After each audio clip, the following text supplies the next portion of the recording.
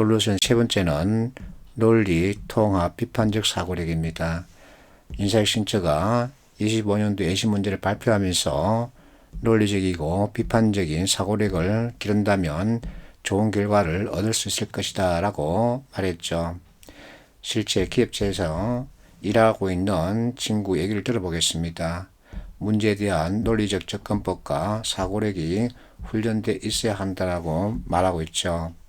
그래서 이와 같은 종합적 사고력을 요구하고 있는 것입니다.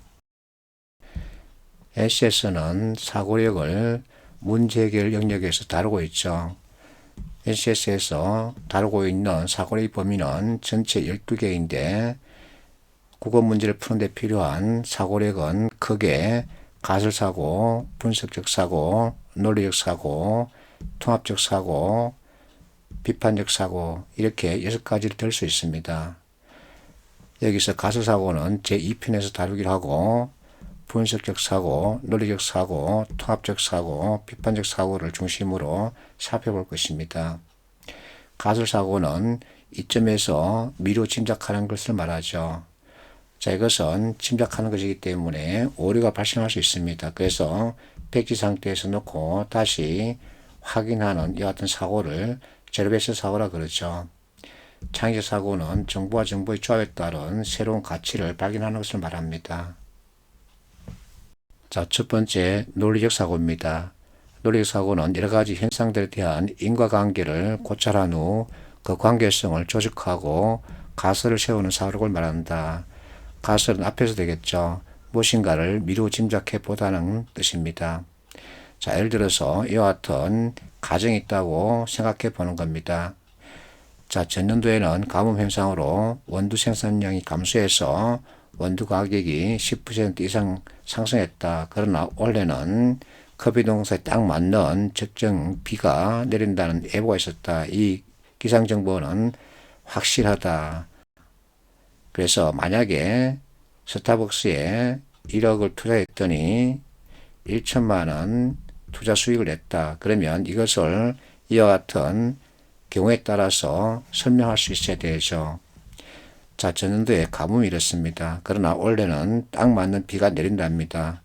비가 딱 맞게 내린다면 전년도에 비해서는 생산량은 증가하게 되죠. 그러면 원두 가격은 떨어지게 됩니다. 자, 전 세계적으로 커피 원두를 가장 많이 소비하는 스타벅스. 자, 만약에 원두 구매량이 전년도와 동일하다면 올해 원두 구입비는 감소하겠죠. 그러면 영업이익은 증가하게 되어 있습니다. 이것이 주가에 영향을 미치겠죠. 주가 오르겠죠. 그래서 스타벅스에 투자하면 이와 같은 투자 수익을 낼 수 있다는 얘기죠. 이처럼 서로의 관계성을 가지고 살펴볼 수 있어야 합니다.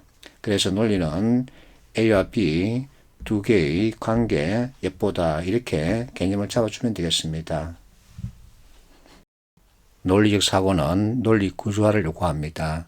구조화는 전체 문제를 개별화된 세부 문제로 쪼갠 후 관계를 결합하는 과정이다. 자, 세부 문제로 쪼갠다 그러면 이것이 분석적 사고를 뜻하죠.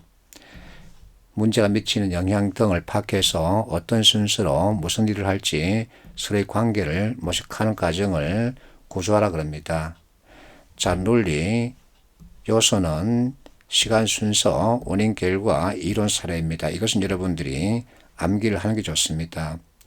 자, 어떤 이슈가 있으면 그 특징이 무엇일까? 그리고 인과관계를 살펴볼 수 있어야 합니다. 내가 생각한 이슈는 회사와 무엇 어떤 관계가 있을까?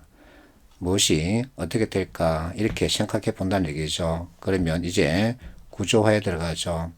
어떤 순서로 무슨 일을 할 것인가?